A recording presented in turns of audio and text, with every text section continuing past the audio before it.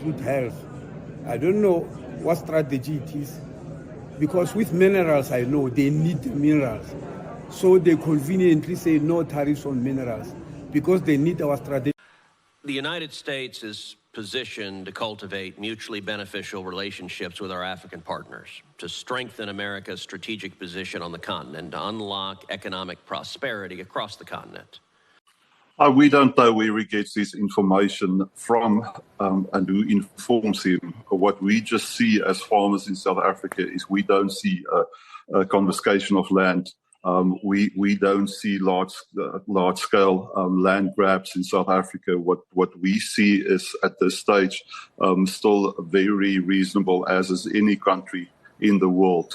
So we don't see what he's talking about, and that's why we thought we should just, from our side, set the facts straight. Yeah. I've mentioned two things which are quite different. You mentioned the issue of tariffs and the cutting of international finance, especially from USA, PEPFAR, yes, the financing of HIV/AIDS, TB, and our TB program. On the issue of tariffs, I don't know whether you have noticed, the exemptions that President Trump has given include health. I don't know what strategy it is, because with minerals, I know they need the minerals. So they conveniently say no tariffs on minerals because they need our strategic minerals. And for some reason, no tariffs on pharmaceutical products. Yeah, I think within our constitution, it states very clearly we should have a fair compensation for land, fair and equitable compensation for land. So that's still where we are, and that's also the preamble of the new act, quotes that from the current constitution. So as far as we are concerned, we still have the Constitution of South Africa, which we can rely on. We can take it to court. We can take this new act to the Constitutional Court as well, and they can say whether it's still within the Constitution or not.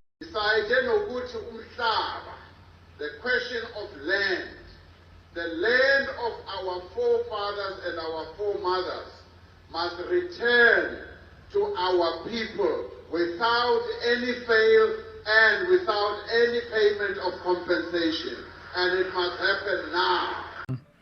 So it's difficult all round, indiscriminate number of children born. I'm not saying you shouldn't have children, but if you're going to have children, you need to know who the father was and is, and you need to know how you're going to raise a child.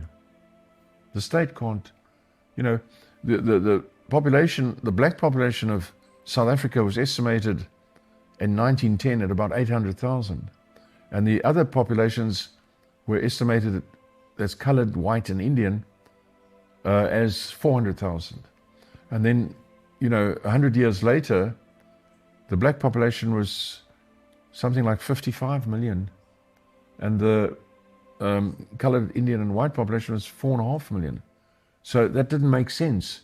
So under the 100 years that went by, clearly the black population benefited greatly by increasing in number, hundredfold, because things must have been very good. How do you increase in number so much? Nowadays, with the things that have gone wrong in Zimbabwe and places like that, in Zambia I see it as well, the population is decreasing.